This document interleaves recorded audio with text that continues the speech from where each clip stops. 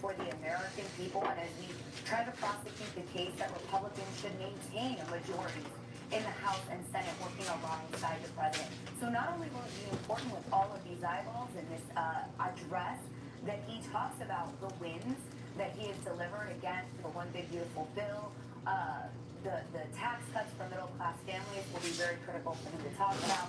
Most favored nation drug pricing, Trump RX. But it will be very important as he lays out the path for the year ahead. And as he lays out that path, Heidi, what does the president need to say to unite this country, to get both Democrats and Republicans believing in the next 3 years and that they will be solid for every American? Well, I think one thing he could do is actually lay out a legislative agenda, which he never has. And so when we go forward, I think that if this is about what a great job I'm doing, and that's all he talks about, this is dangerous territory for Republicans. What he needs to do is outline a legislative agenda, challenge Democrats to come along and to actually deal with affordability. Nomination to the court and someone he has praised. Kavanaugh would have upheld the president's tariffs in that group. And Amy Coney Barrett, the youngest conservative, she has taken a lot of fire from conservatives in giving some so far in the president's first year of his second term. She voted against the tariffs, Kira, but there she is here to attend the president's first official State of the Union address. All right, and the reason why, let's just, be very clear that we have our eyes set on the Supreme Court justices is because we saw an unprecedented just lashing on behalf of the president when he didn't get what he wanted from the highest court in the land. They struck down 70% of his tariffs, and he was not happy, calling justices disloyal, unpatriotic, that their families should be ashamed of themselves. We're wondering, will he...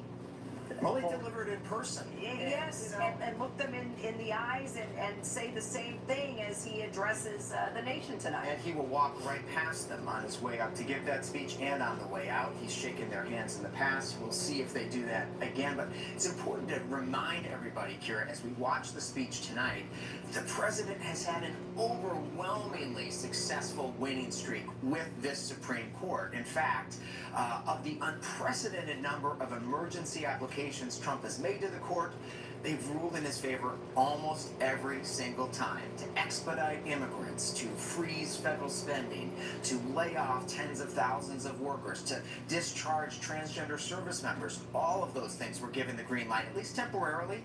And let's not forget that decision in 2024 when the court gave the president sweeping immunity from criminal prosecution and limited the ability of lower court judges to block his policies. So as much as he may be angry and agitated by the tariffs decision, he certainly has gotten a lot out of these justices, including the 3 that he's appointed. Mark, just because we're reaching the top of the hour and we are minutes away from the President of the United States stepping up to that podium and addressing the nation with the State of the Union speech tonight in a time where everything is so political, where there's so much division in our country, how does President Trump break through tonight? Well, I think part of it is that he's going to reach all the American people. He has to sound a message of unity. He has to understand the plight of all Americans, particularly as it relates to the issue we keep on coming back to, Kiri, and that is affordability. Donald Trump will often beat his chest and tell people how good they have it, but if people aren't feeling that, it doesn't matter. Joe Biden did the same thing. He talked about how great the economy was and how people have money to spend, but that's not what people were feeling, and that hurt Biden. We saw him have approval ratings that weren't much higher than Donald Trump's at this point in his presidency for the same reason. So you've got to move on that. We're looking at the First Lady coming in to the chamber now, kissing her son, Barron, and her stepdaughter right next to him. And now it'll be, of course, the President of the United States will be coming in just moments away now. And as they all have special guests as well. We know that guests of the president will be Erica Kirk, the widow of Charlie Kirk. Also, Amelia and Gary Beckstrom, the parents of Army Specialist Sarah Beckstrom, the West Virginia National Guard member who was killed in that D.C. ambush just a day before Thanksgiving.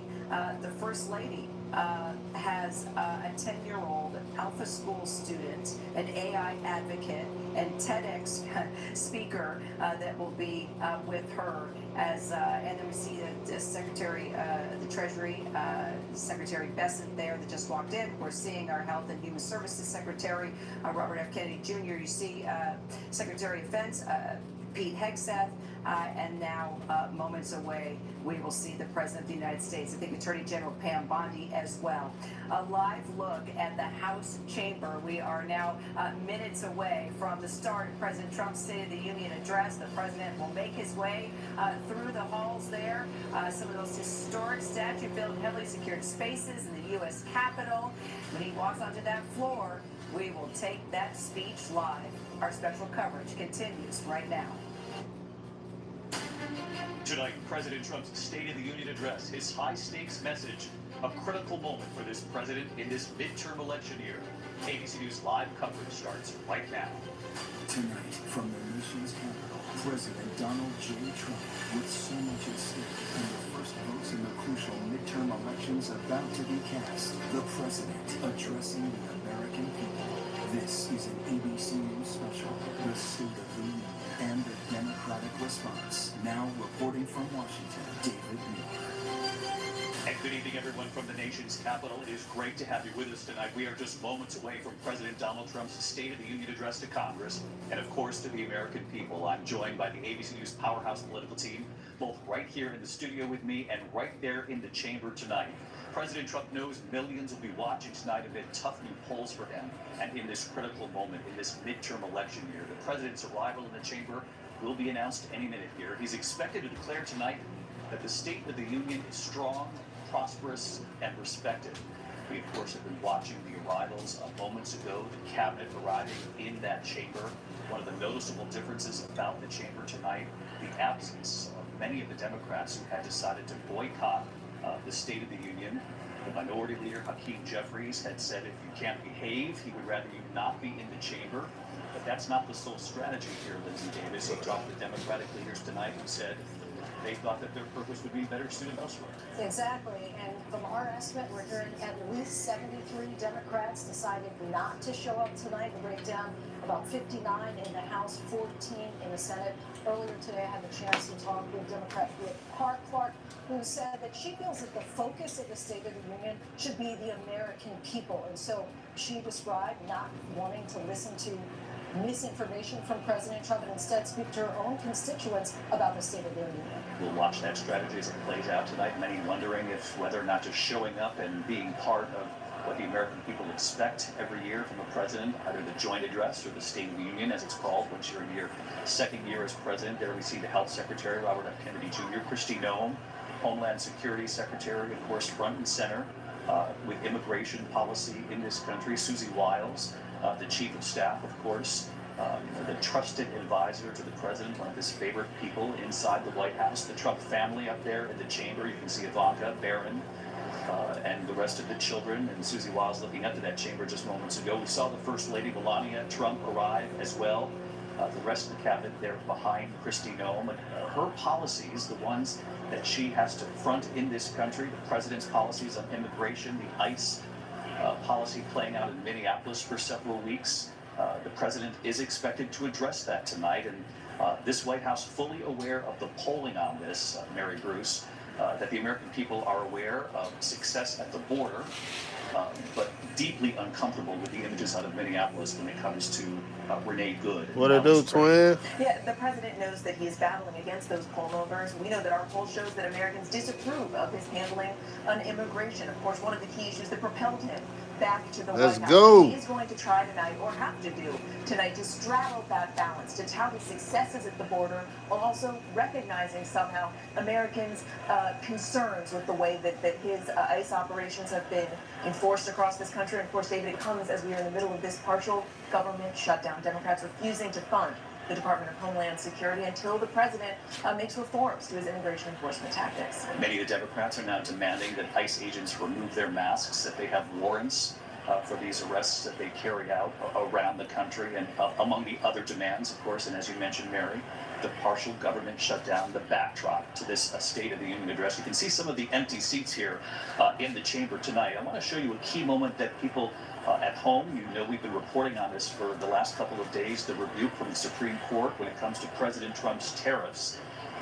Members of the Supreme Court right there in the chamber tonight. 4 of the justices are standing, and it will be very interesting to watch this dynamic, because as the president is standing before that chamber, you have to keep in mind that the justices are really only a few feet away from him. It was just a year ago, we remember seeing that image of John Roberts, the Chief Justice, President Trump shaking his hand and actually mouthing the words "thank you" to the Chief Justice. That went viral, if you will, throughout the political world. But tonight, if we can show the pictures of the justices standing in the front, when they arrived a short time ago, the Chief Justice, you can see in the corner of your frame, but 4 of them standing there together. And John Carl will be fascinating to watch tonight. The president, his interaction, if there's any interaction at all after being rebuked by the Supreme Court just days ago. His words after that decision were blistering towards the Supreme Court. He called the justices that ruled against his tariffs very unpatriotic. He said that they were lapdogs of the radical left. He spoke about them as if they were beholden to foreign interests. Really quite a display, something we've really never seen an American president talk about the Supreme Court that way. I get the sense that tonight the message will be somewhat different. David, you and I had a chance to have lunch with the president today as a preview to this speech. My sense coming out of that is that he wants this to be a celebration of America's 250th anniversary, to talk about what he sees as the accomplishments of his administration, and I think will pull some of those punches tonight. The doors are now open in the chamber. John, thanks so much. We are expected to hear the announcement that the president has arrived for the State of the Union. Mr. Speaker, the President of the United States.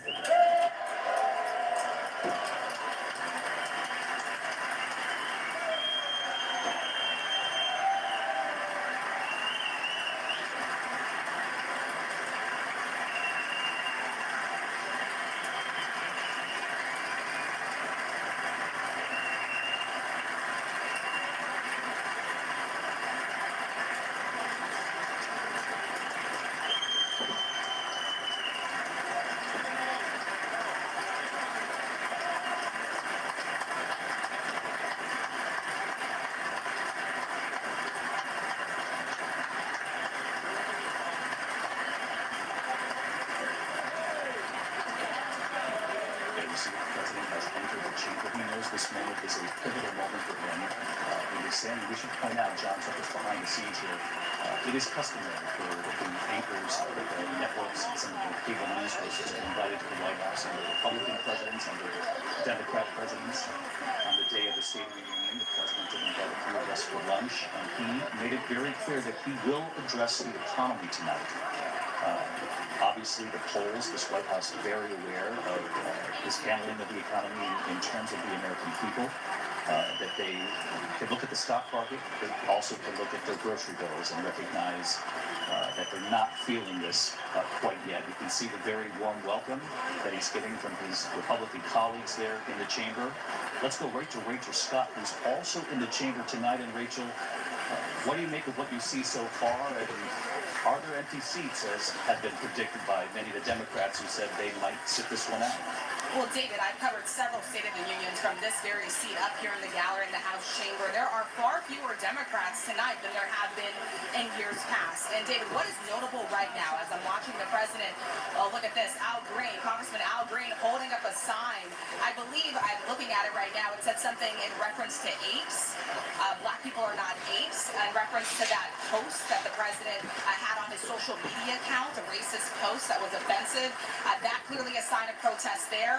Also notable as the president's making his way down toward the Supreme Court justices, David, is some Democrats didn't even bother to turn around as the president entered the House chamber tonight, and Democratic leadership, notably Hakeem Jeffries, was seated. We just saw the president obviously shake the Chief Justice's hand. There's Justice Elena Kagan, Brett Kavanaugh, Amy Coney Barrett. Of course, he chose Amy Coney Barrett for the bench. She was one of the justices who did not vote in his favor and did not shake her hand there. Did interact with the Chief Justice, but then with none of the other justices. And John Carl, this was a question for the president today. Obviously didn't want to go on the record, didn't offer any answer to us. But it was clear to us at the White House that he didn't quite know how he was going to handle the justices when he got there tonight. Yeah, interesting, that shake, very quick shake with John Roberts, and then going right by Amy Coney Barrett, who he put on the court. Of course, we should point out Chief Justice John Roberts, instrumental in that decision as well. He wrote the decision. Choosing to interact only with the Chief Justice. But Trump felt particularly betrayed by the justices that he put on the court that ruled against him. Neil Gorsuch included in that, or Neil Gorsuch, Justice Gorsuch not there this evening along with the other justices who are not there. By the way, the 4 justices who did come for tonight's State of the Union are the same 4 who were here a year ago for the joint address to Congress. Mary Bruce, this president knows this is a critical midterm election year and that the Republicans hold very slim majorities in both the House and the Senate. David, tonight is the president's best chance to defend his first year back and try to sway skeptical voters to back Republicans in the upcoming midterms. He needs to convince Americans that he is laser focused on that issue that is top of mind for them, the cost of living. He's going to argue his policies are working, but as we know, the polls show so many Americans simply aren't feeling that in their wallets. 57% disapprove of his handling of the economy. And of course, as we've been discussing, this comes just 4 days now after the court delivered that devastating blow right to the heart of his economic agenda by invalidating most of his sweeping tariffs. This term, affordability, really gets under his skin. He has said on the one hand, I've won on affordability, and on the other, he says this affordability crisis was created by my predecessor. So it'll be curious to see how he tackles affordability and what the American people are feeling at the grocery store and costs of utilities and housing and what have you. I just want to point your attention at home. Members of Congress, I have the high privilege and distinct honor of presenting to you the President of the United States. There you have it, the Speaker of the House with George Washington's gavel tonight, introducing President Trump. Let's listen.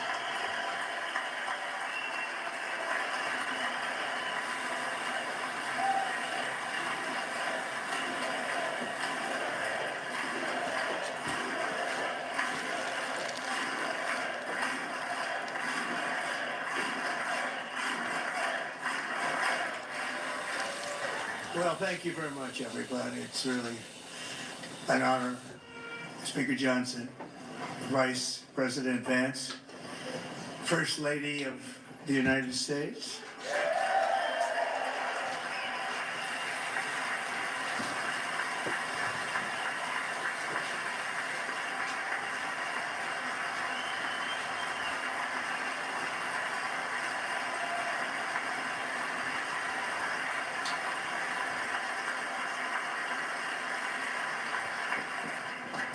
Second Lady of the United States.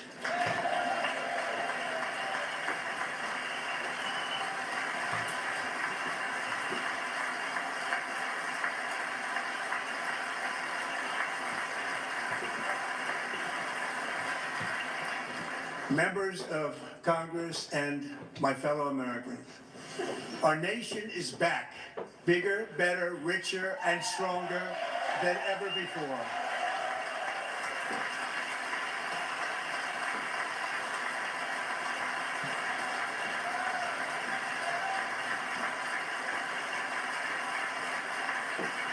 Less than 5 months from now, our country will celebrate an epic milestone in American history, the 250th anniversary of our glorious American independence. This July 4th, we will mark 2.5 centuries of liberty and triumph, progress and freedom in the most incredible and exceptional nation ever to exist on the face of the earth. And you've seen nothing yet. We're going to do better and better and better. This is the golden age of America.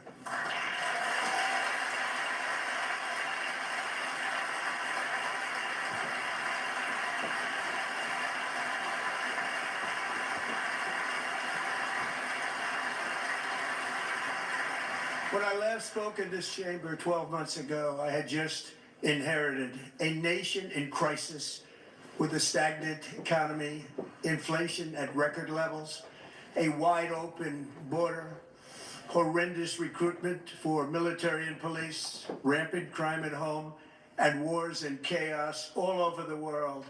But tonight, after just 1 year, I can say with dignity and pride that we have achieved a transformation like no one has ever seen before, and a turnaround for the ages. It is indeed a turnaround for the ages.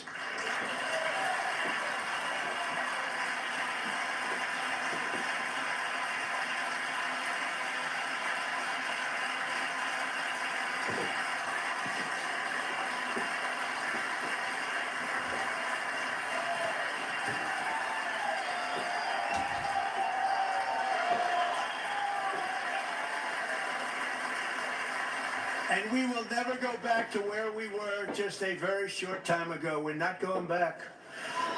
Today our border is secure.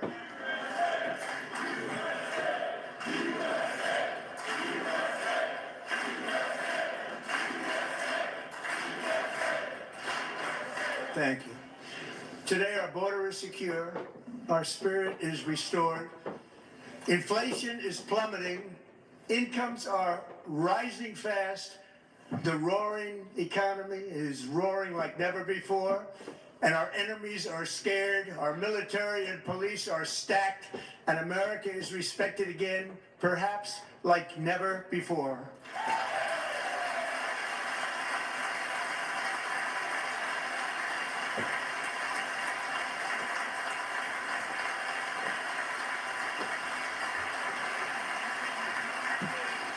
After 4 years in which millions and millions of illegal aliens poured across our borders, totally unvetted and unchecked, we now have the strongest and most secure border in American history by far.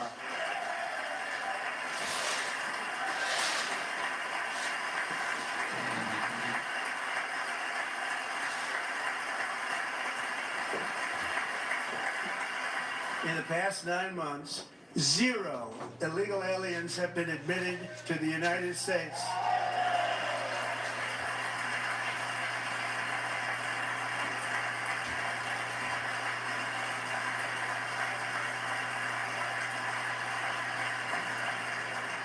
But we will always allow people to come in legally, people that will love our country and will work hard to maintain our country.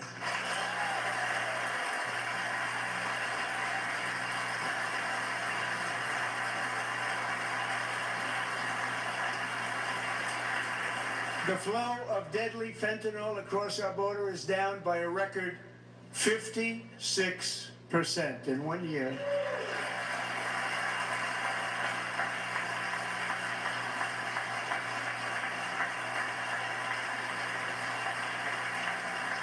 And last year, the murder rate saw its single largest decline in recorded history. This is the biggest decline, think of it, in recorded history, the lowest number in over 125 years, year 1900. In fact, substantially before my wonderful father, I had a wonderful father, Fred, before he was born, substantially before he was born.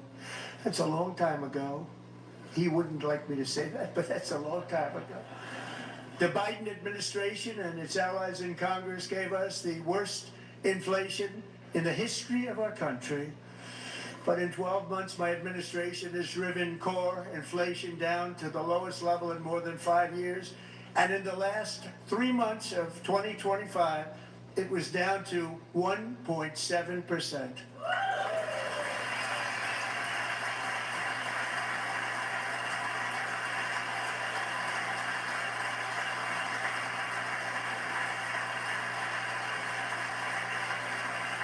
Gasoline, which reached a peak of over $6 a gallon in some states under my predecessor, it was quite honestly a disaster, is now below $2.30 a gallon in most states, and in some places $1.99 a gallon. And when I visited the great state of Iowa just a few weeks ago, I even saw $1.85 a gallon for gasoline.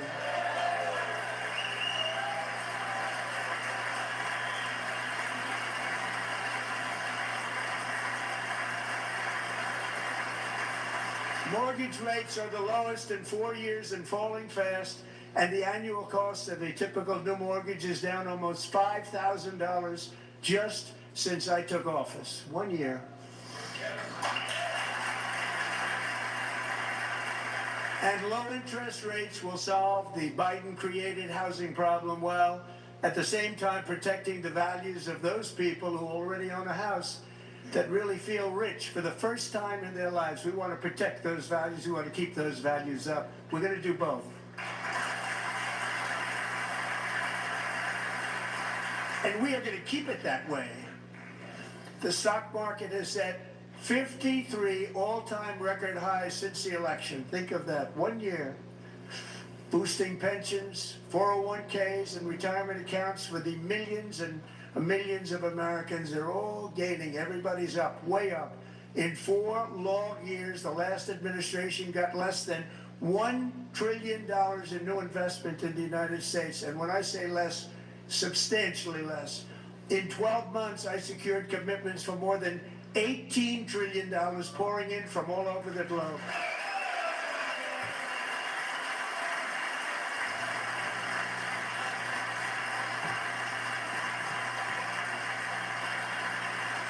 Think of it, much less than $1 trillion for 4 years versus much more than $18 trillion for 1 year. What a difference a president makes.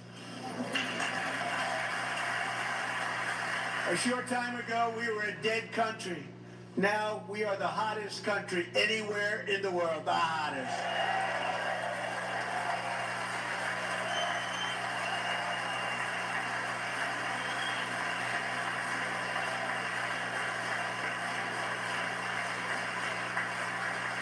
As thousands of new businesses are forming and factories, plants, and laboratories are being built, we have added 70,000 new construction jobs in just a very short period of time. It's getting bigger and bigger and stronger. Nobody can believe what they're watching. American oil production is up by more than 600,000 barrels a day, and we just received from our new friend and partner, Venezuela, more than 80 million barrels of oil.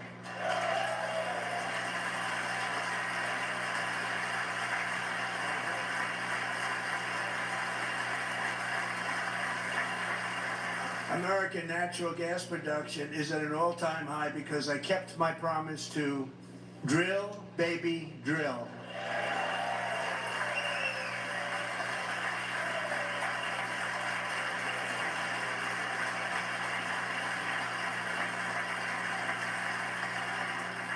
More Americans are working today than at any time in the history of our country. Think about that. Any time in the history of our country, more working today.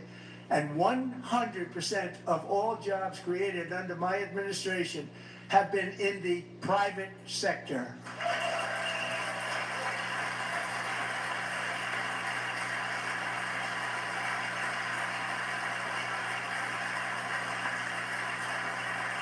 We ended DEI in America.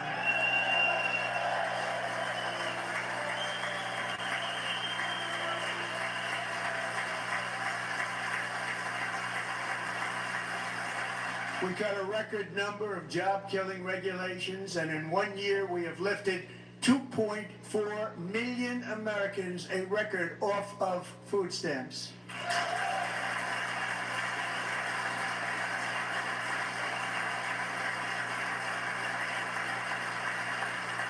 And for all of these reasons, I say tonight, members of Congress, the state of our union is strong.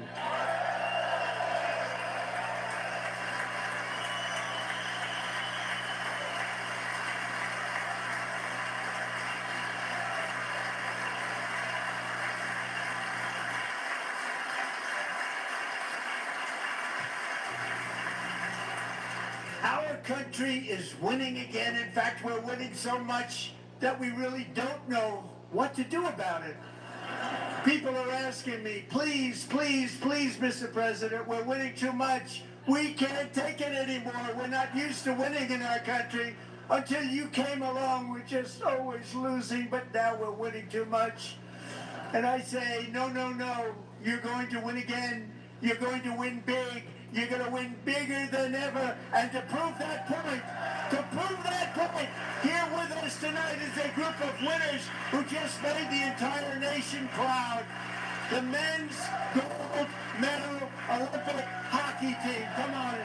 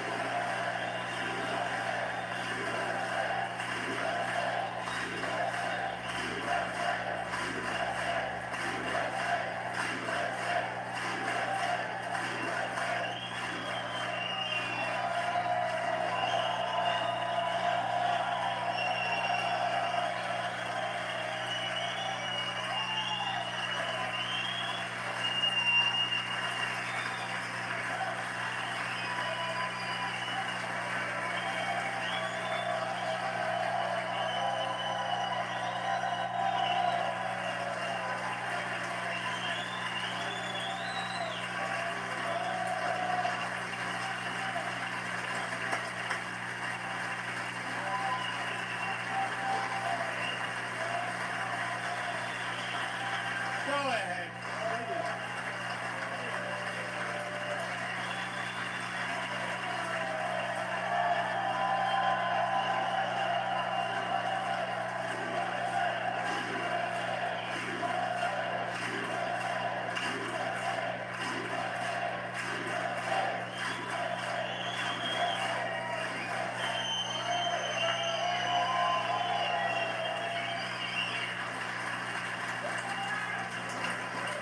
That's the first time I've ever seen them get up. And actually, not all of them did get up. But they beat a fantastic Canadian team in overtime, as everybody saw, as did the American women who will soon be coming to the White House.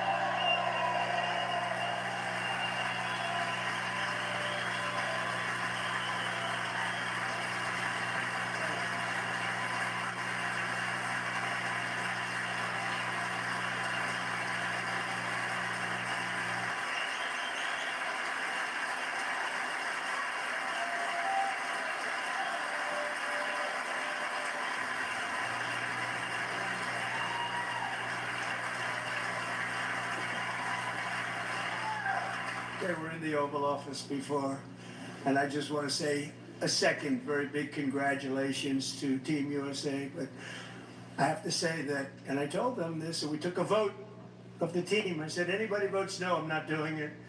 So they stood there, and they weren't about to say no, because I've never seen a goaltender play as well as goalie Connor Hellebuyck.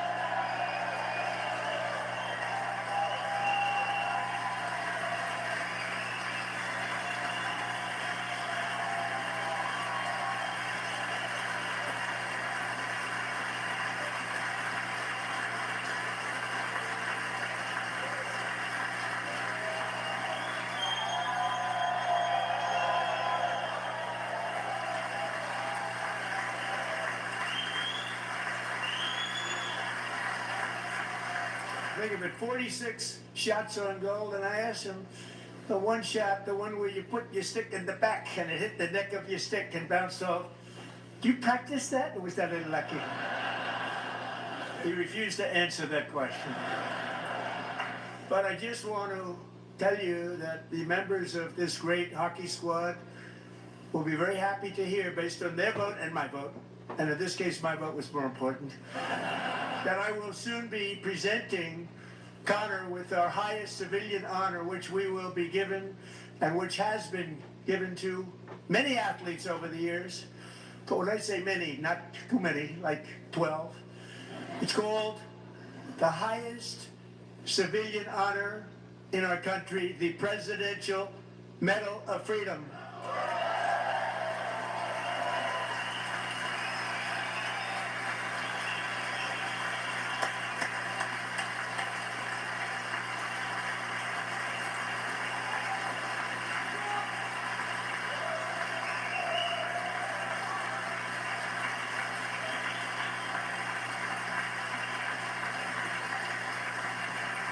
Great athletes have gotten that, very great, the best.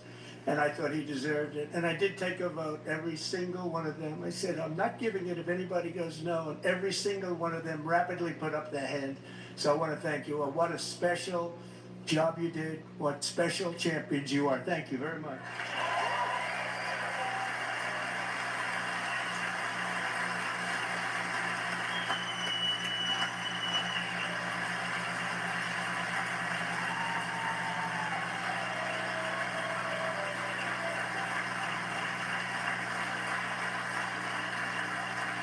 I'm also pleased to say that the next time the Olympic torch is lit, it will be here in America for the 2028 Olympics, and it's the summer version right in Los Angeles. We're going to do a good job in Los Angeles.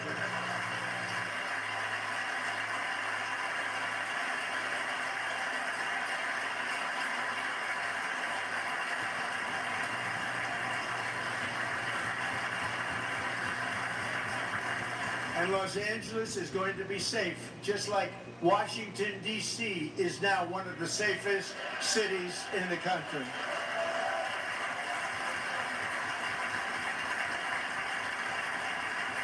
And this year, and I must say I got them both. I got them in the first term, and I was disappointed because I didn't think I'd be the president when this happened. But strange things took place. And now I've got them because I got the Olympics, I got the 2026 FIFA World Cup, and I wanted to claim the 250th, but I didn't get away with that one. I couldn't claim that one for myself. But we're getting the World Cup, so we have the World Cup and the Olympics coming, and that is exciting news.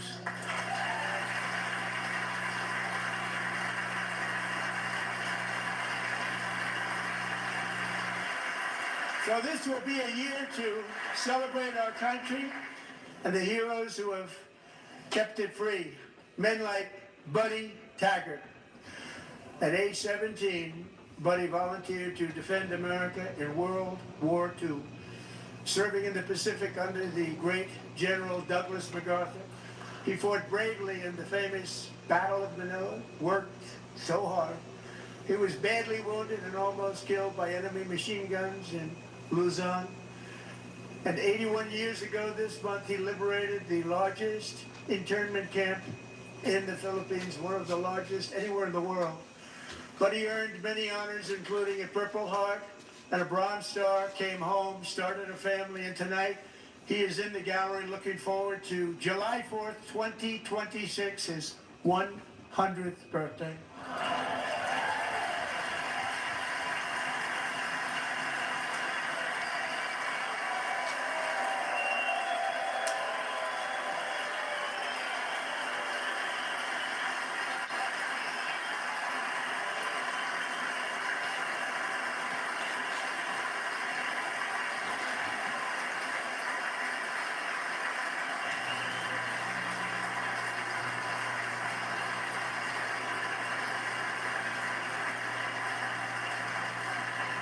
So, Buddy, you're a brave man, and we salute you. Even in times of challenge, setback, and immense heartache, the spirit of 1776 has always shone through very brightly. It was July 4th of last year when floodwaters tore through a girls' summer camp in Central Texas. One of the worst things I've ever seen. I was there, rising 26 feet in the matter of minutes, tragically claiming many, many lives. You all remember that one. As the waters threatened to sweep her away, 11-year-old Millie Kate McClelland closed her eyes and prayed to God. She thought she was going to die. Those prayers were answered when Coast Guard rescue swimmer Scott Ruskin descended from a helicopter above. Nobody knew where he came from. It was Scott's first ever rescue mission, young guy, but very brave, very, very top, always top in his class, and he lifted not just Millie Kate, but 164 others to safety.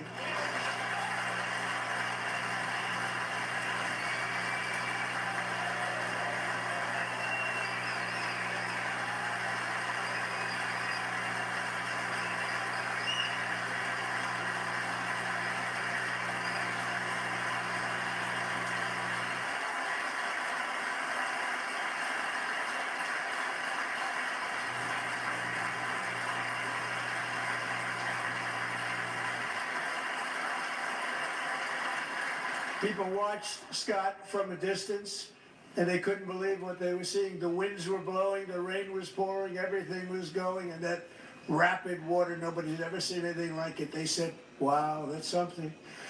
Tonight, Scott and Millie Kate are here together, reunited for the very first time. Thank you, Scott, Millie Kate.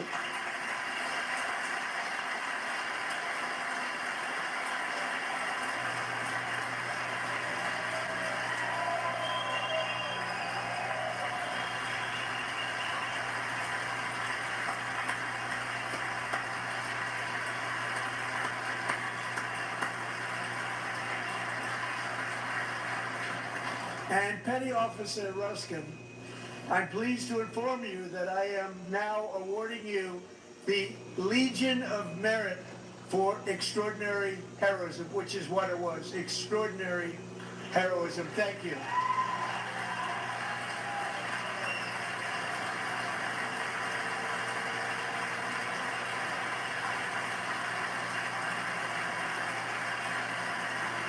I'd like to have the military aide to please come down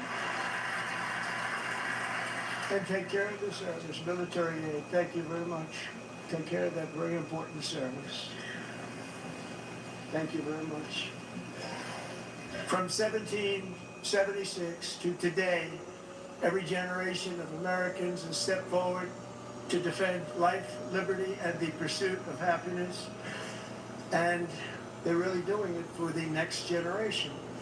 But now it's our turn. Together we're building a nation where every child has the chance to reach higher and go further, where government answers to the people, not the powerful, and where the interests of hardworking American citizens are always our first and ultimate concern. That is the debt we owe to the heroes who came before us, and that is the promise we must keep to America for our 250th year. Last year, I urged this Congress to begin the mission by passing the largest tax cuts in American history, and our Republican majorities delivered so beautifully. Thank you, Republicans.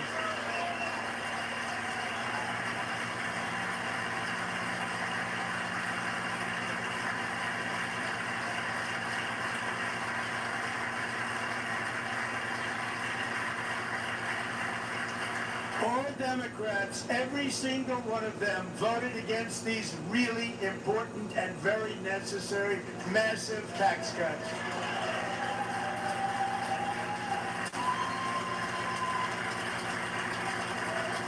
They wanted large-scale tax increases to hurt the people instead.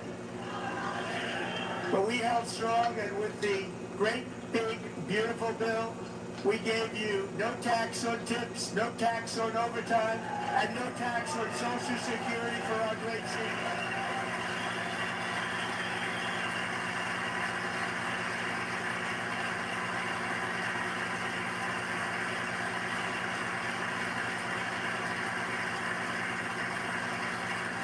And we also made interest on auto loans tax deductible the first time, but only if the car is made in America.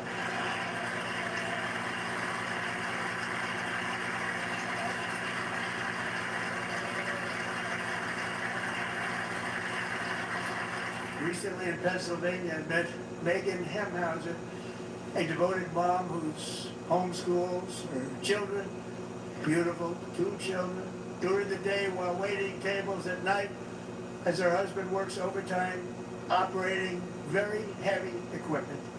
Megan is here this evening and she's happy to tell you that she is so much richer because with no tax on tips, no tax on overtime, and our expanded child tax credit done again by Republicans, Megan and her husband will take home more than $5,000 extra just for the year, cutting her tax bill in more than half.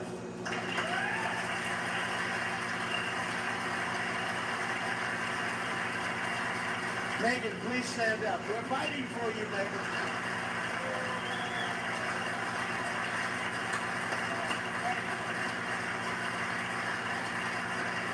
Thank you, Megan. We're fighting for you, Megan.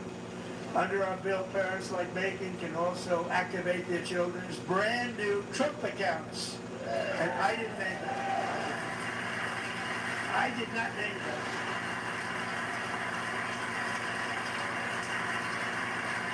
Nobody believes me, but I did not name it. It was named by a very tall man sitting right there in the third row. Nice man, a good man. Tax-free investment accounts for every American child. This is something that's so special and has taken off and gone through the roof. Millions will be pre-funded courtesy of the U.S. Treasury and private individuals like Michael and Susan Dell, who have donated $6,250 million to fund the Trump accounts for 25 million American children. They're great people.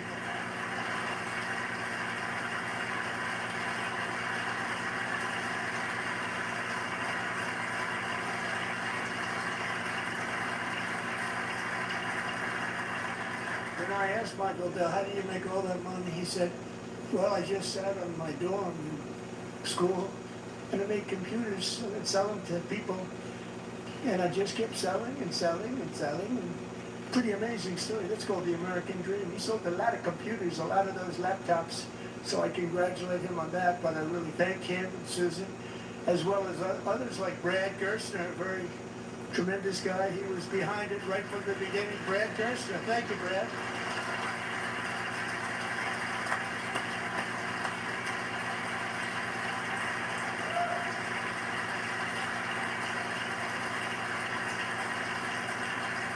So with modest additional contributions, these young people's accounts could grow to over $100,000 or more by the time they turn 18. Think of it, how much money is that for somebody that started with nothing? Over 100,000, could be much more than that.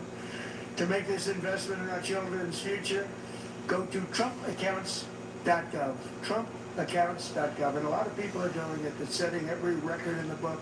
It's popular. They knew what it was going to take. So proud of them. I'm so proud of the people that got it started.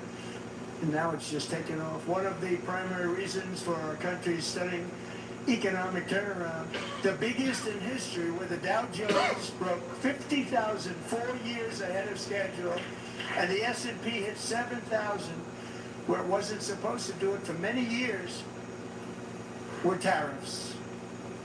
I used these tariffs, took in hundreds of billions of dollars to make great deals for our country, both economically and on a national security basis. Everything was working well. Countries that were ripping us off for decades are now paying us hundreds of billions of dollars. They were ripping us so badly, you all know that. Everybody knows it. Even the Democrats know it. They just don't want to say it. And yet these countries are now happy, and so are we. We made deals. The deals are all done. And they're happy. They're not making money like they used to, but we're making a lot of money. There was no inflation, tremendous growth. And the big story was how Donald Trump called the economy correctly, and 22 Nobel Prize winners in economics didn't. They got it totally wrong. They got it really wrong.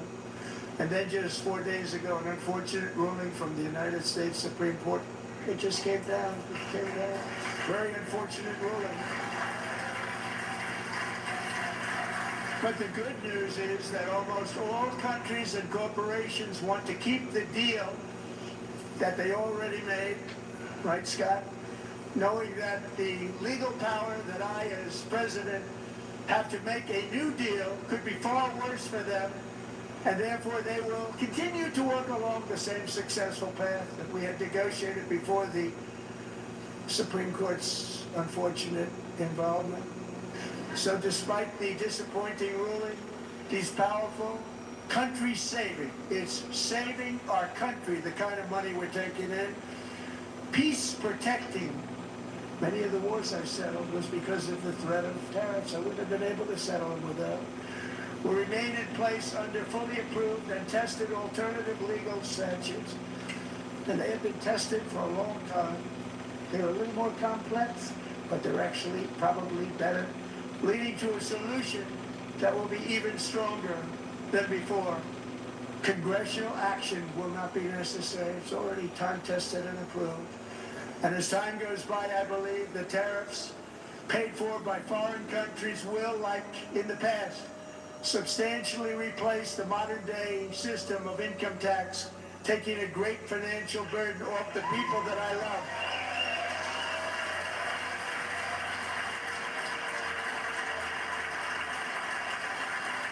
Right?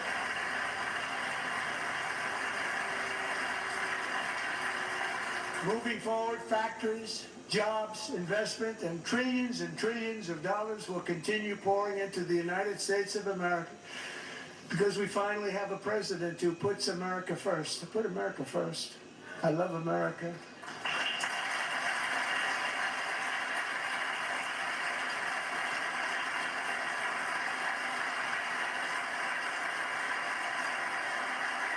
For decades before I came along, we had the exact opposite. From trade to healthcare, from energy to immigration, everything was stolen and rigged in order to drain the wealth out of the productive, hardworking people who make our country great, who make our country run. Under Biden and his corrupt partners in Congress and beyond, it reached a breaking point with the Green New Scam, open borders for everyone. They poured in by the millions and millions from prisons, from mental institutions. There were murderers, 11,888 murders. They came into our country. You allowed that to happen. And record-setting inflation that cost the typical family $34,000 in just a speck of time. Now the same people in this chamber who voted for those disasters suddenly used the word affordability, a word. They just used it. Somebody gave it to them, knowing full well that they caused and created the increased prices that all of our citizens had to endure. You caused that problem. You caused that problem.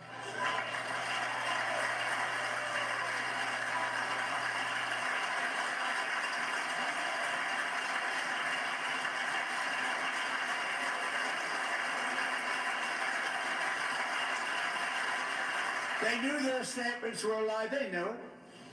They knew their statements were a dirty, rotten lie. Their policies created the high prices. Our policies are rapidly ending them. We are doing really well. Those prices are plummeting downward.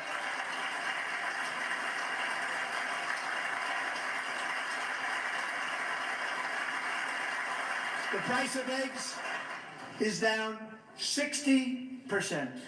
Madam Secretary, thank you. The cost of chicken, butter, fruit, hotels, automobiles, rent is lower today than when I took office by a lot. And even beef, which was very high, is starting to come down significantly. Just hold on a little while, we're getting it down. And soon you will see numbers that few people would think were possible to achieve just a short time ago. Nobody can believe when they see the kind of numbers, and especially energy, when they see energy going down to numbers like that, they cannot believe it. It's like another big tax cut. I'm also confronting one of the biggest ripoffs of our times, the crushing cost of health care caused by you. Since the passage of the Unaffordable Care Act, sometimes referred to as Obamacare, big insurance companies have gotten rich. It was meant for the insurance companies, not for the people. With our government giving them hundreds and hundreds of billions of dollars a year as their stock prices soared 1,000, 1,200, 1,400, and even 1,700%, like nothing else. That's why I introduced the great health care plan. I want to stop all payments to big insurance companies and instead give that money directly to the people so they can buy their own health care, which will be better health care at a much lower cost.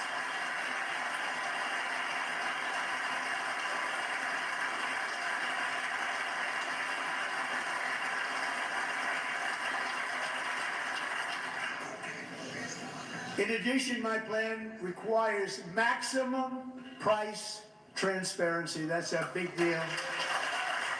Sounds so simple, so good. And I did that in my first term, and the Democrats immediately terminated it with full knowledge that they were doing a very bad thing for the people. Costs were going to go way up, and that's what happened, and now I'm bringing them way down on health care and everything else. I'm also ending the wildly inflated cost of prescription drugs like has never happened before.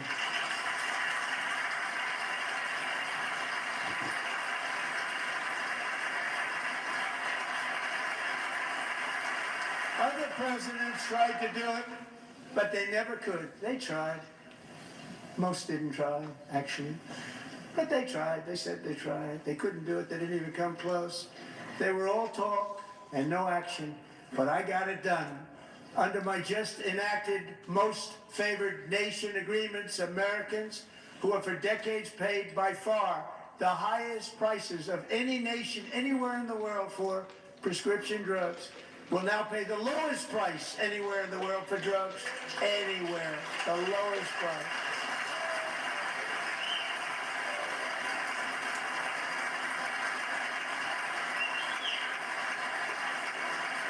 So in my first year of the second term, should be my third term, but strange things happen. I took prescription drugs, a very big part of healthcare, from the highest price in the entire world to the lowest. That's a big achievement. The result is price differences of 300, 400, 500, 600% and more, all available right now at a new website called TrumpRx.gov. And I didn't name that one either, by the way.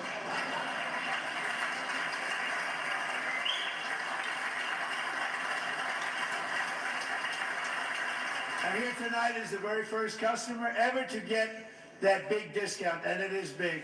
Catherine Rayner. For 5 years, she and her husband have struggled with infertility, and they turned to IVF. One drug has been costing Catherine $4,000 to purchase, but a few weeks ago, she logged onto the Trump RX website and got that same drug that cost $4,000, got it for under $500. A reduction of much more, actually, than $3,500. Catherine, we are all praying for you, and you're going to be a great mom.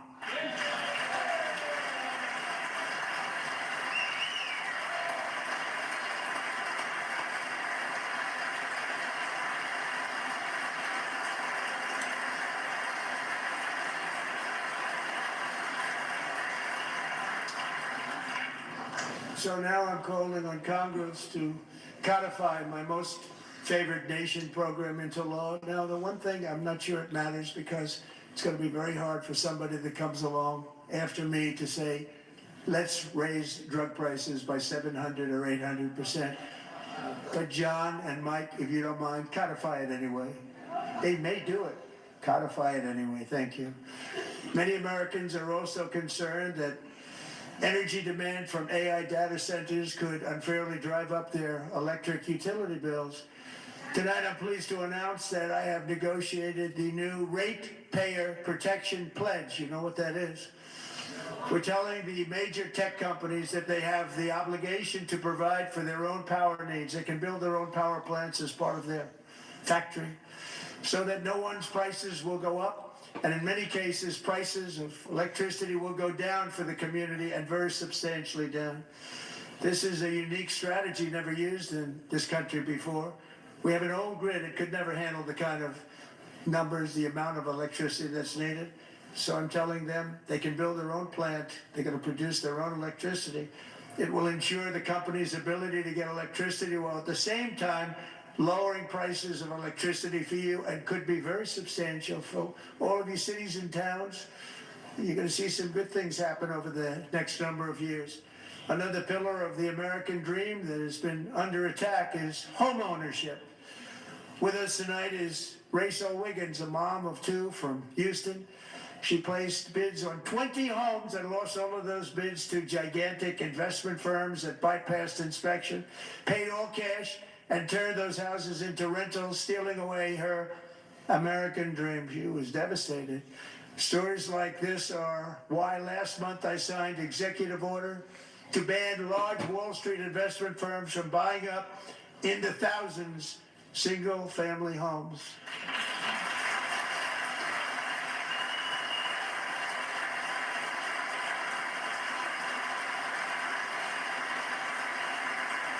And now I'm asking Congress to make that ban permanent, because homes for people, really, that's what we want. We want homes for people, not for corporations. Corporations are doing just fine. Racel, thank you very much. Good luck with your home. You'll get one soon.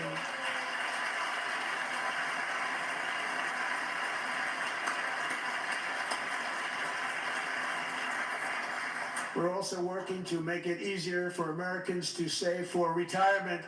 And under this administration, we will always protect Social Security and Medicare. They are not protecting it for our seniors. We will always protect Social Security, Medicare.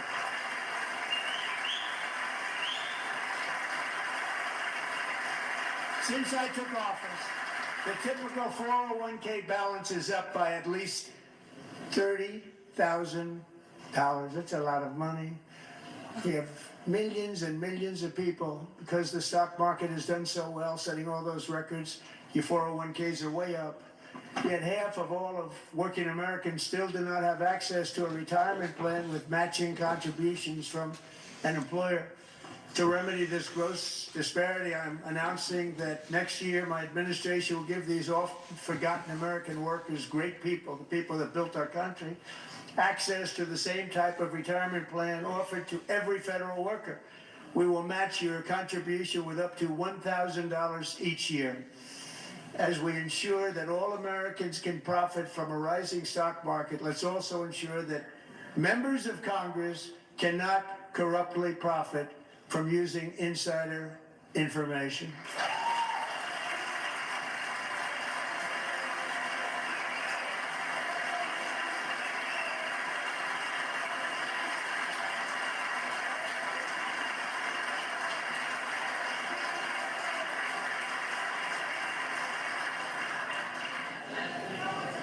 They stood up for that. I can't believe it. I can't believe it. Did Nancy Pelosi stand up if she's here? Doubt it. Pass the Stop Insider Trading Act without delay.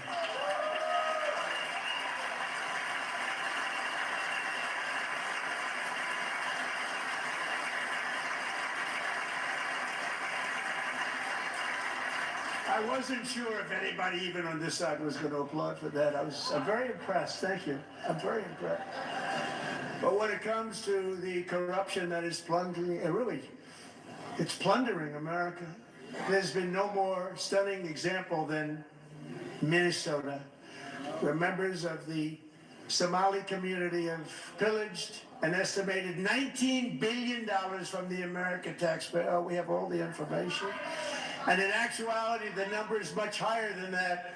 And California, Massachusetts, Maine, and many other states are even worse. This is the kind of corruption that shreds the fabric of a nation, and we are working on it like you wouldn't believe. So tonight, although started 4 months ago, I am officially announcing the war on fraud to be led by our great Vice President, J.D. Vance.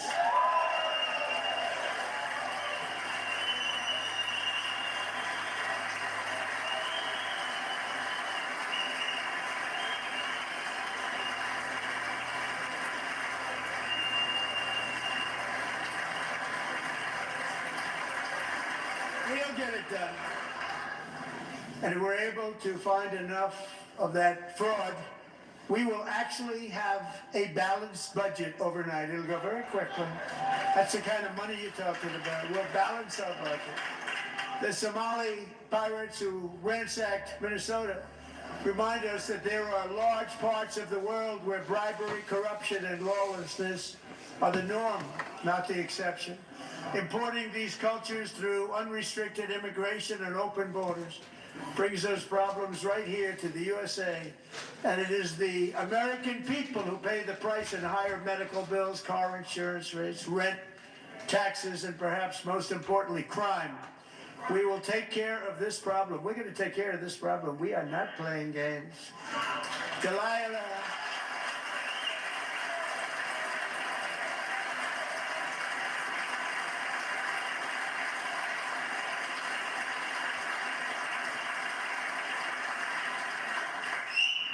Delilah Colvin was only 5 years old in June 2024 when a 18-wheel tractor trailer plowed into her stopped car traveling at 60 miles an hour or more. The driver was an illegal alien let in by Joe Biden and given a commercial driver's license by open borders politicians in California. Doctors said Delilah would never be able to walk or talk, have a good life. She wouldn't even be able to eat again. But against all odds, she is now in the first grade learning to walk. And she's here this evening with her dad, Marcus, a fantastic man. Delilah, please, you are a great inspiration. Please stand up.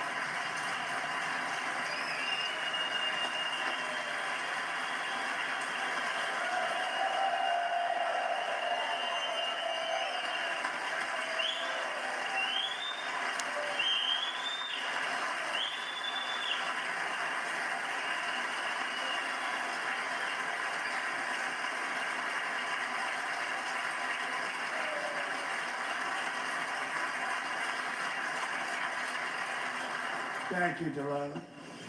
Many, if not most, illegal aliens do not speak English and cannot read even the most basic road signs as to direction, speed, danger, or location.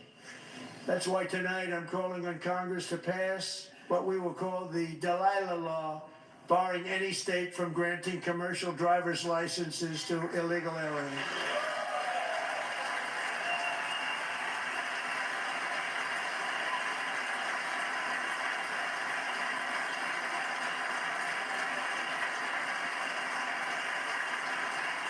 And yesterday, as you probably saw at the White House, I hosted a ceremony with Americans who lost their treasured loved ones to the scourge of illegal immigration. People came into our country, how we allowed this to happen with our open borders. These are the angel moms and families that for decades our government betrayed and our media totally ignored. It was terrible. Hard to believe, actually.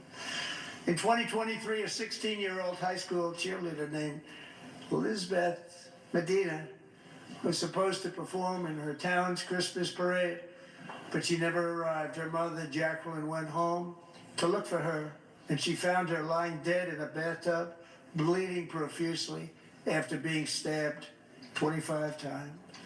Elizabeth's killer was a previously arrested illegal alien who had broken in and brutally extinguished the brightest light in her family's life, violently and viciously.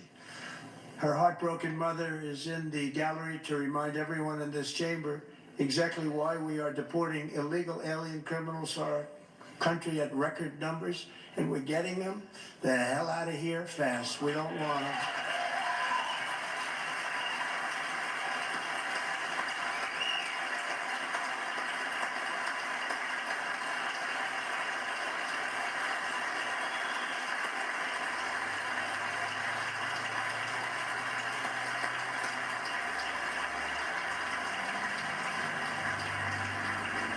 Thank you very much, Jacqueline. Thank you. We can never forget that many in this room not only allowed the border invasion to happen before I got involved, but indeed they would do it all over again if they ever had the chance. If they ever got elected, they would open up those borders to some of the worst criminals anywhere in the world. The only thing standing between Americans and a wide open border right now is President Donald J. Trump and our great Republican patriots in Congress. Thank you. Thank you.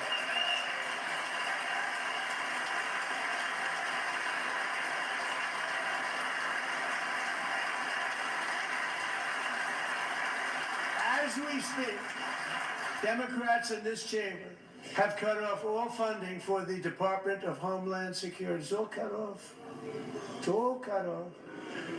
They have instituted another Democrat shutdown, the first one costing us 2 points on GDP. 2 points we lost on GDP, which probably made them quite happy, actually. Now they have closed the agency responsible for protecting Americans from terrorists and murderers.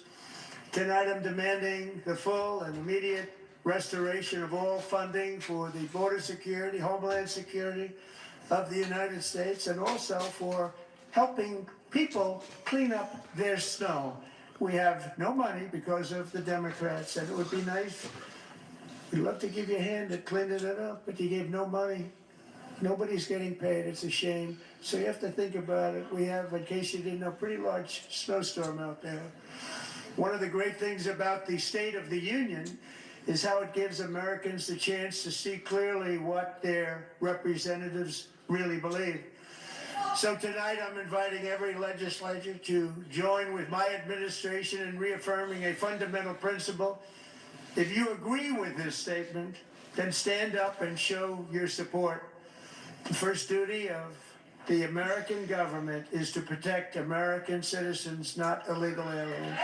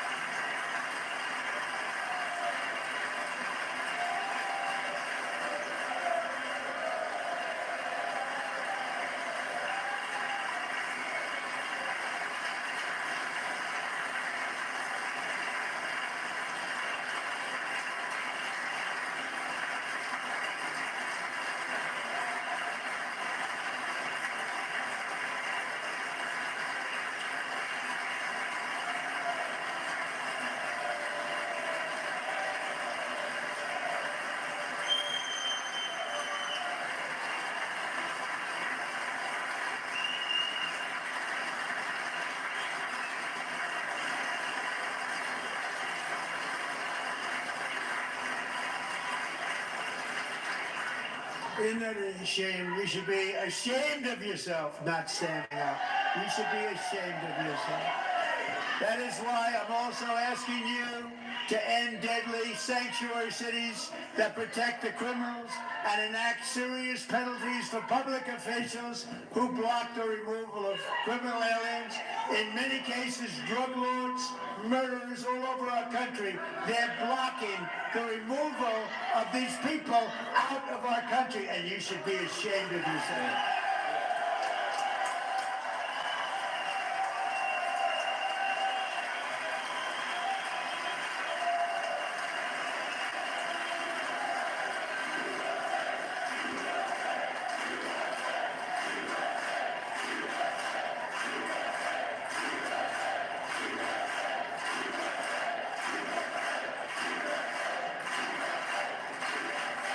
And perhaps most importantly, I'm asking you to approve the Save America Act.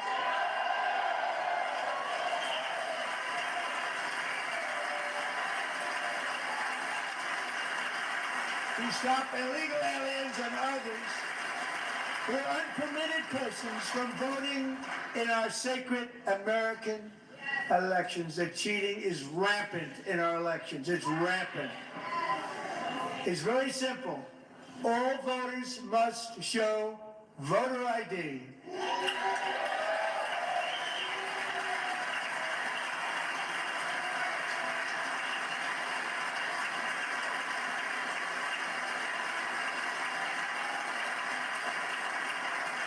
All voters must show proof of citizenship in order to vote.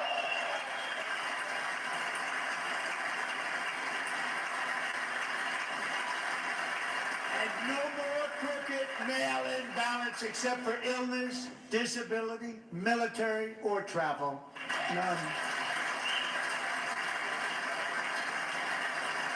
This should be an easy one, and by the way, it's polling at 89%, including Democrats. 89%.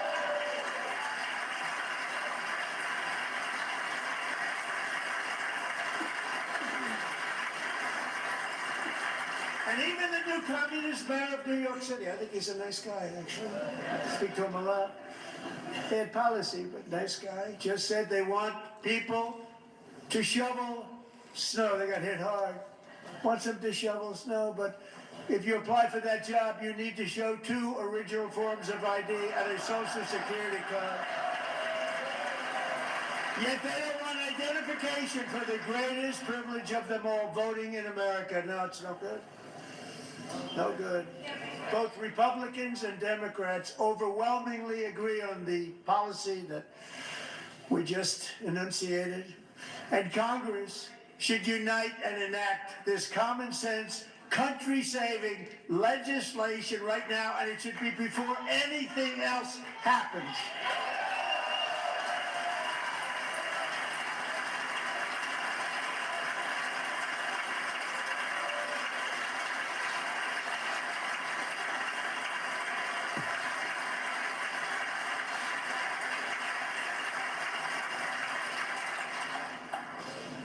And the reason they don't want to do it, why would anybody not want voter ID? One reason, because they want to cheat. There's only one reason.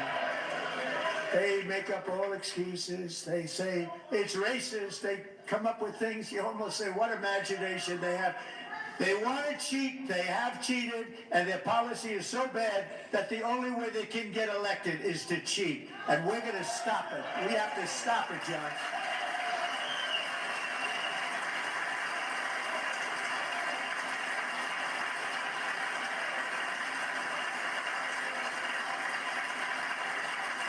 And here is one more opportunity to show common sense in government. In the gallery tonight are Sage Blair and her mother, Michelle. In 2021, Sage was 14 when school officials in Virginia sought to socially transition her to a new gender, treating her as a boy and hiding it from her parents. Hard to believe, isn't it? Before long, a confused Sage ran away from home after she was found in a horrific situation in Maryland. A left-wing judge refused to return Sage to her parents because they did not immediately state that their daughter was their son. Sage was thrown into an all-boys state home and suffered terribly for a long time. But today, all of that is behind them because Sage is a proud and wonderful young woman with a full-ride scholarship to Liberty University. Sage and Michelle, please stand up.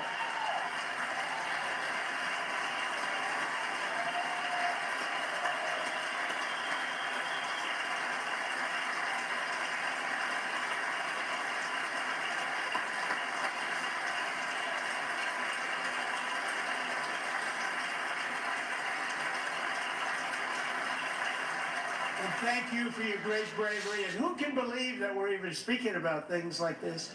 15 years ago, if somebody was up here and said that, they'd say, what's wrong with him? But now we have to say it because it's going on all over numerous states without even telling the parents. But surely we can all agree no state can be allowed to rip children from their parents' arms and transition them to a new gender against the parents' will. Who would believe that we're even talking about this? We must ban it, and we must ban it immediately.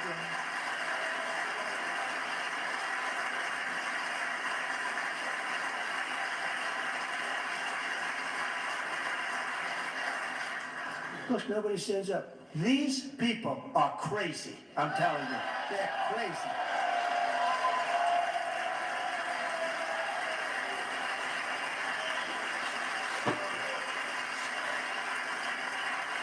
Amazing. Boy, oh boy.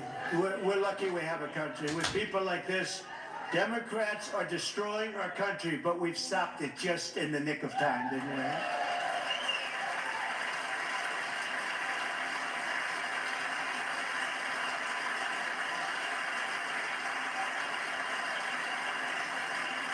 No one cares more about protecting America's youth than our wonderful First Lady. Now a movie star. She's a movie star. Can you believe it? Who would have believed that? Over the past year, she has had an incredible impact championing AI legislation, advancing a landmark executive order on foster care, and helping secure $30 million to launch the Melania Trump Foster Youth to Independence Initiative. It's a tremendous, really a tremendous thing that happened and had a lot of bipartisan support. She gets much better bipartisan support than I do. I get none, she gets a lot. Someday you're gonna have to tell me how you did that. And students and educators in every state have joined the First Lady's efforts in the presidential AI challenge, keeping America's next generation positioned to succeed and strongly succeed in the future. Tonight we welcome two young people whose lives reflect the First Lady's impact, Sierra Burns and Everest Nevermont. Thank you both, and Melania, thank you. I know how hard you worked on it. Thank you very much.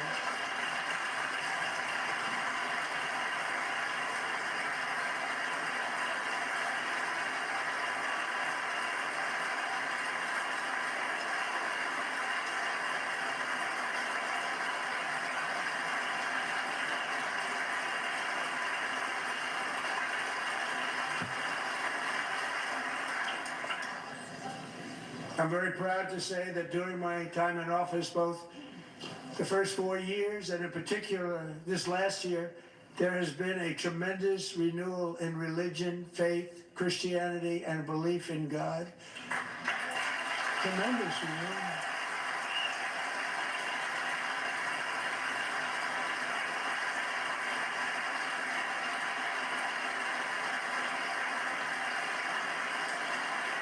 This is especially true among young people, and a big part of that had to do with my great friend, Charlie Kirk, a great guy, great man.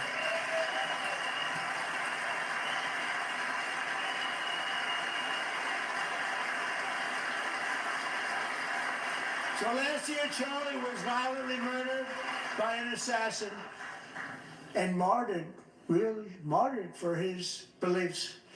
His wonderful wife, Erica, is with us tonight. Erica, please stand.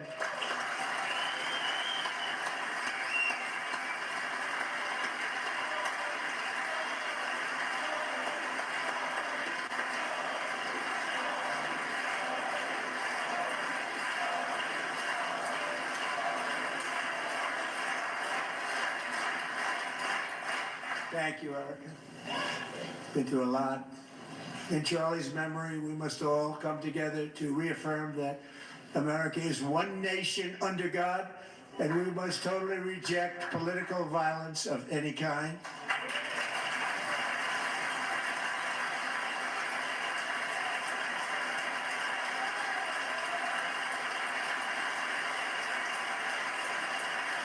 We love religion, and we love bringing it back. And it's coming back at levels that nobody actually thought possible. It's really a beautiful thing to see. Above all, unleashing America's promise requires keeping our communities safe. We have made incredible strides, yet dangerous repeat offenders continue to be released by pro-crime Democrat politicians again and again. We are honored to be joined tonight by a woman who's been through hell, Anya Zarutska. In 2022, she and her beautiful daughter, so beautiful, what a beautiful young woman, Irina, fled war-torn Ukraine to live with relatives near Charlotte, North Carolina. And by the way, what's going on with Charlotte? Last summer, 23-year-old Irina was riding home on the train when a deranged monster who had been arrested over a dozen times and was released through no cash bail, stood up and viciously slashed a knife through her neck and body. No one will ever forget there were people on that train.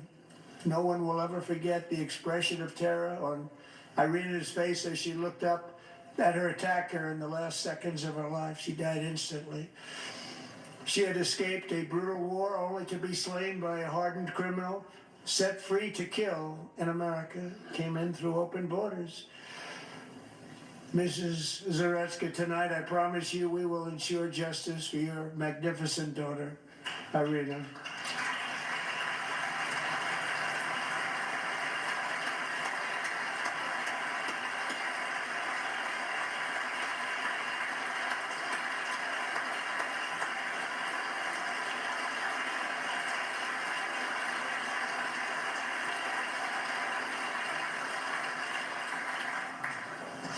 How do you not stand? How do you not stand?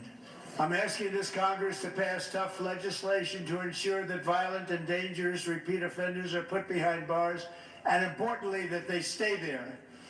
Yeah.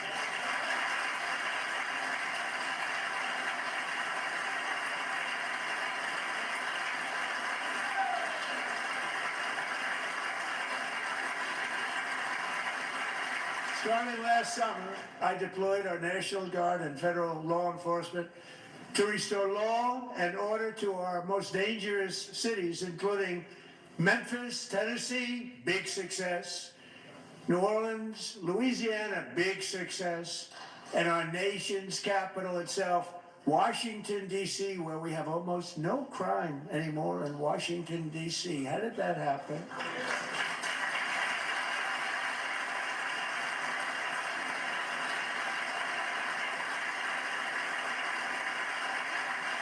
In fact, crime in Washington is now at the lowest level ever recorded, and murders in D.C. this January were down close to 100% from a year ago.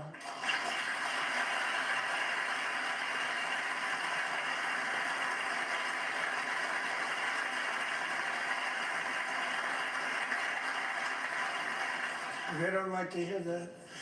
One of the sick people, one of the brave service members who helped achieve this stunning turnaround was 20-year-old West Virginia Army National Guard Specialist Sarah Beckstrom. After a 4-month deployment, she voluntarily extended her service, and her rank was going to be lifted. She was doing so well. They were so proud of her. But the very next day, she was on patrol near the White House when she was ambushed and shot in the head by a terrorist monster from Afghanistan. Shouldn't have been in our country. And all because she wore the uniform of our nation, she was shot. He traveled here because he didn't like people wearing our uniform. He was sick and deranged, shouldn't have been in our country. Sarah Beckstrom died in order to defend our capital, and we are honored to be joined by her wonderful parents, Gary and Eva Lee.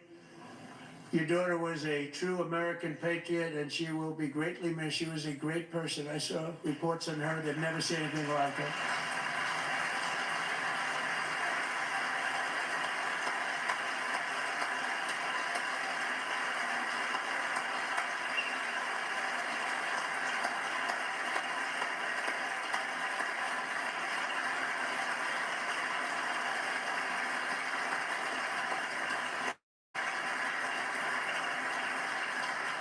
So sorry. Thank you very much. A great young lady. I saw reports that were like, perfect. She was perfect. Serving alongside Sarah that day was Staff Sergeant Andrew Wolf. The terrorist shot Andrew in the head, and no one thought he could possibly make it. The two of them, Sarah and Andrew, both shot violently in the head. Neither was expected to make it. They weren't even given a chance, except his wonderful mother, named Melody, who I spoke to the same night, and she was so positive. The doctors thought that Andrew was gone, but his mother said, no, Mr. President, Andrew will be fine. He's going to make it. I've never seen anything like it. I mean, he was given almost no chance. She said, I have no doubt, sir, he's going to be okay. This was a conversation that I had with her that night, with her son laying helplessly in bed, blood all over. Everybody is praying, she said, sir, he will be okay. The doctors didn't understand what she was saying, and after looking at the results of the damage done, neither did I. She was so strong and conclusive that even Andrew's great father felt she didn't really understand the gravity of the situation. But she turned out to be right. Right, Melanie? She turned out to be right.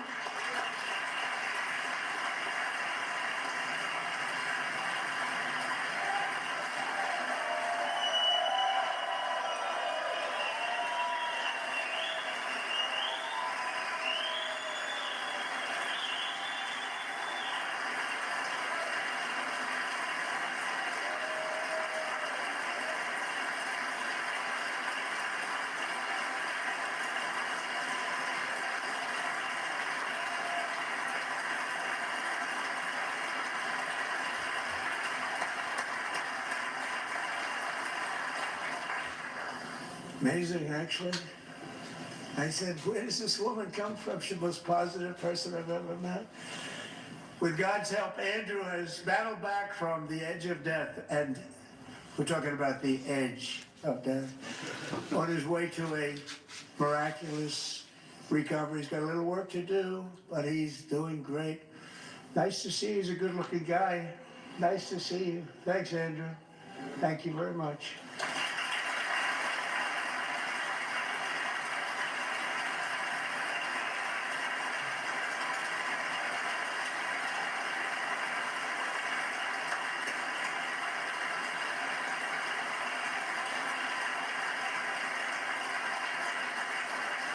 So Andrew, while you're up, now I'm going to ask a highly respected General James Seward to present Staff Sergeant Andrew Wolf and the great family of Sarah Beckstrom with the award created by our late great President George Washington himself. It's called the Purple Heart.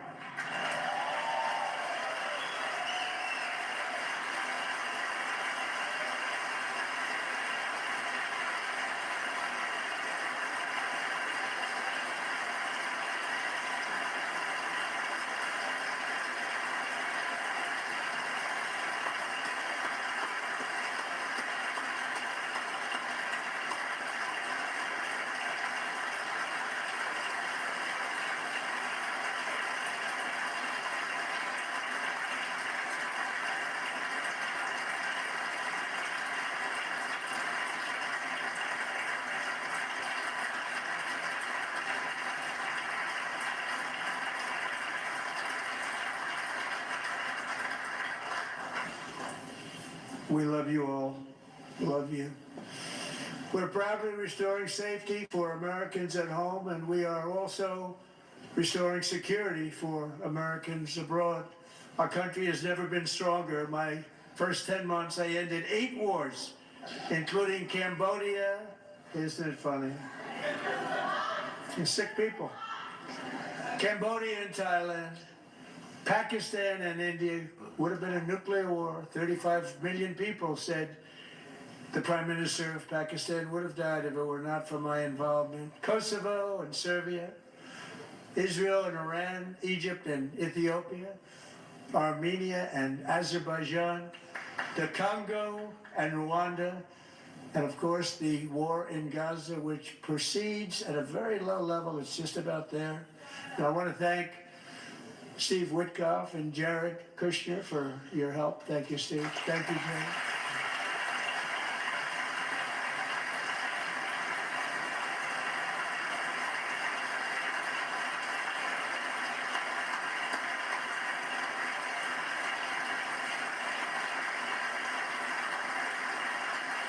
And I also want to thank the man they report to, Secretary of State Marco Rubio. Thank you, Marco.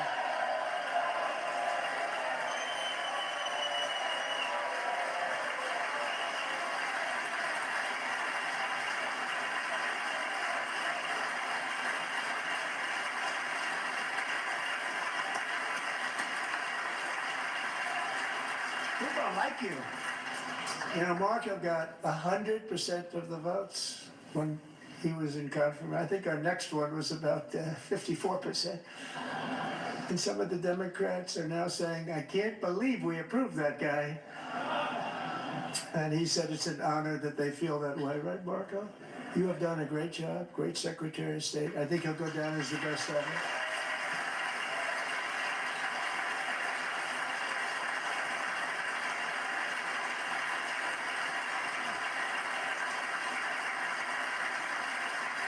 of the ceasefire I negotiated, every single hostage, both living and dead, has been returned home. Can you believe that?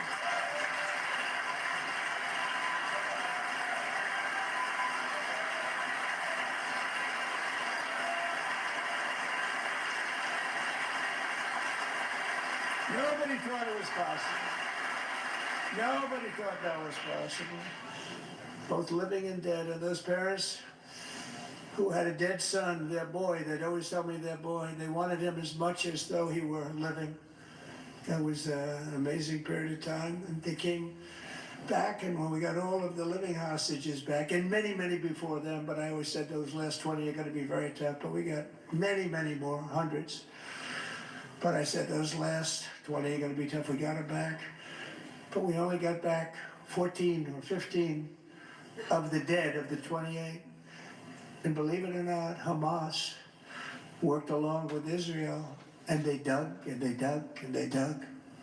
It's a tough thing to do, going through bodies all over, passing up 100 bodies sometimes for each one that they found.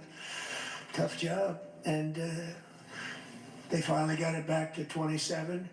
And then Steve and Jared, they got it back to 28. They found all 28. Nobody thought that was possible, but we did it. And I remember the family of the 28th. They were so grieved, but they were so happy as it's possible to be. They had their boy back. The mother said, "Sir, we have our boy back." What a period of time that was, but we got them all back. So thank you both very much. Great job.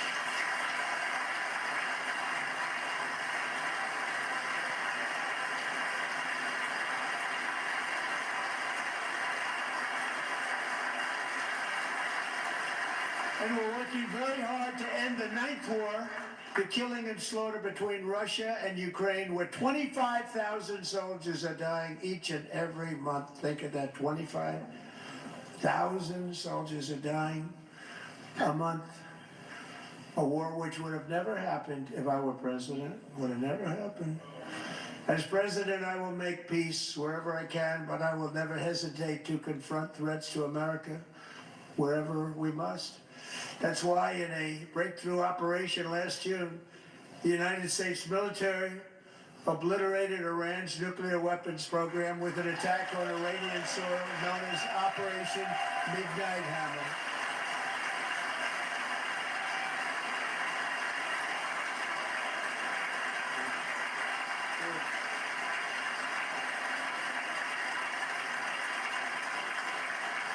For decades, it had been the policy of the United States never to allow Iran to obtain a nuclear weapon.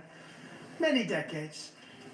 Since they seized control of that proud nation 47 years ago, the regime and its murderous proxies have spread nothing but terrorism and death and hate. They've killed and maimed thousands of American service members and hundreds of thousands and even millions of people with what's called roadside bombs. They were the kings of the roadside bomb. And we took out Soleimani. I did that during my first term. Had a huge impact. He was the father of the roadside bomb.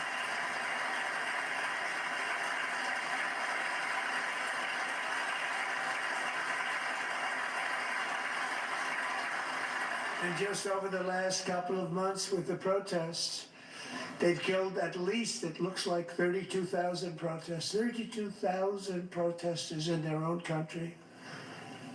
They shot them and hung them.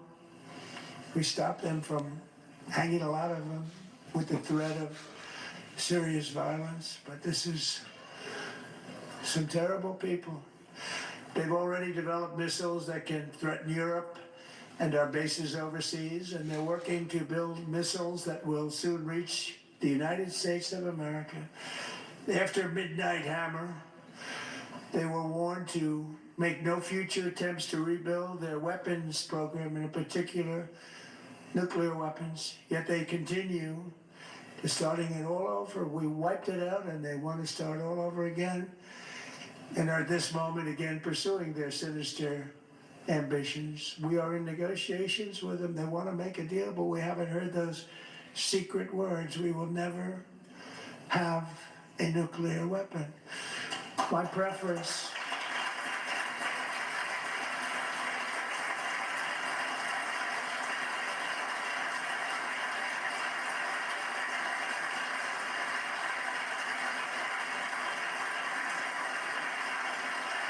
My preference is to solve this problem through diplomacy. But one thing is certain, I will never allow the world's #1 sponsor of terror, which they are by far, to have a nuclear weapon. Can't let that happen.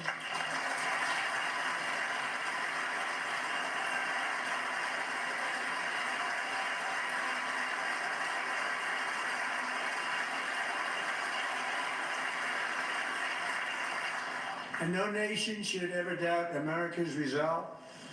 We have the most powerful military on earth. I rebuilt the military in my first term. We're going to continue to do so. Also, we just approved a $1 trillion budget. We have no choice. We have to be strong because hopefully we will seldom have to use this great power that we built together. It's really called peace through strength, and it's been very, very effective.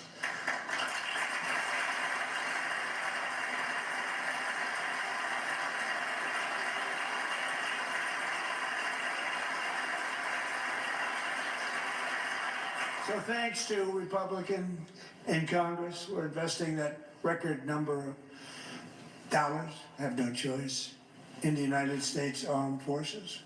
We're also creating a lot of jobs, but we're not even doing it for that reason. Because as I said, we have more jobs, more people working today than ever before in the history of our country.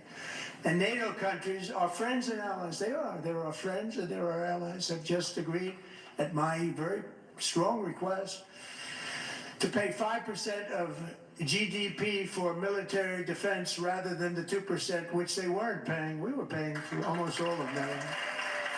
Now they're paying 5 as opposed to not paying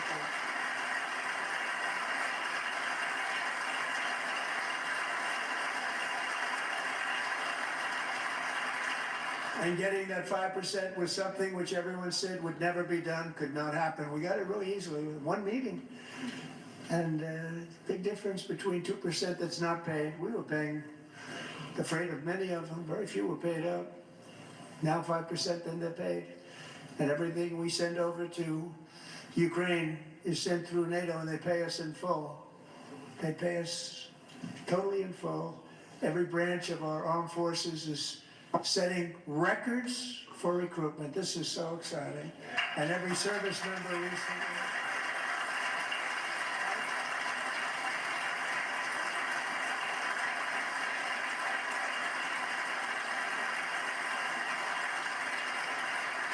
And every service member recently received a warrior dividend of $1,776.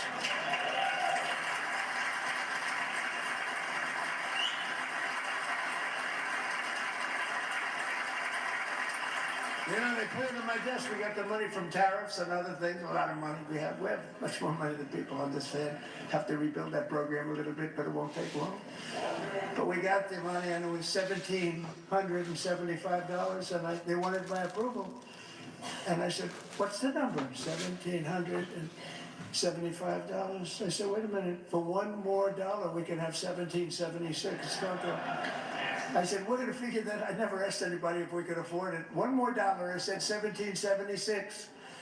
And I said, that's good. And I'll tell you what, our military, that was 4 months ago, our military, I never see a person in the military that doesn't thank me for it, so we're honored to do it. They deserve it. And we call it 1776. It was great. And we love our military. We love our law enforcement. We love our firemen. You know, the firemen don't get mentioned enough. We love our firemen. We're also...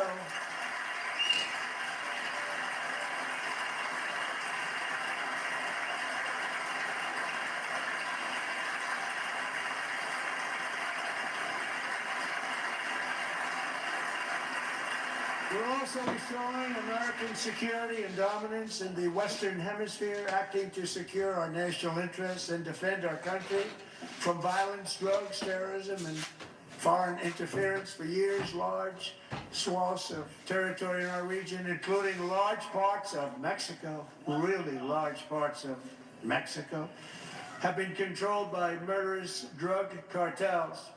That's why I designated these cartels as foreign terrorist organizations, and I declared illicit fentanyl as a weapon of mass destruction.